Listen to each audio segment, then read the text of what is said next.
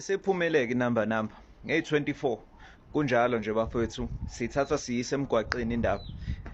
Asenzeni kanjena-ke, asifakeni amakhomenti sisho ukuthi kahle kahle ama-demands ethu imaphi.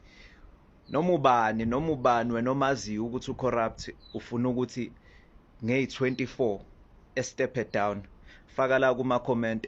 Ikhona i-list already comprehensive mina eyami esengiyenzile. Angazi ukuthi ngabanikazi be-strike bona ukuthi eyabo i-list ithini, kodwa kusalayo ngiyazi ukuthi bafuna uRamaphosa ukuthi step down, and that's the number one person okwi-list yami.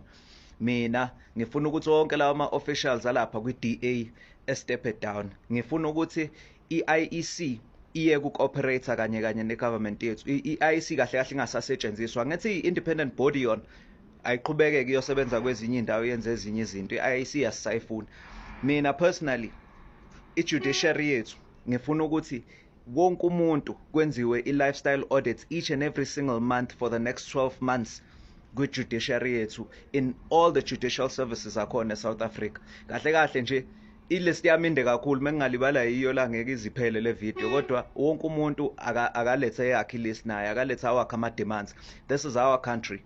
This is us they're busy playing with, ngoba kahle kahle badlala ngathi njengamanje basenza amaponi, basithatha basiyisa le nale ukuze bona bezokwazi ukuthi befike kuma-diamond abo nama-horse nama-kings nama-queens.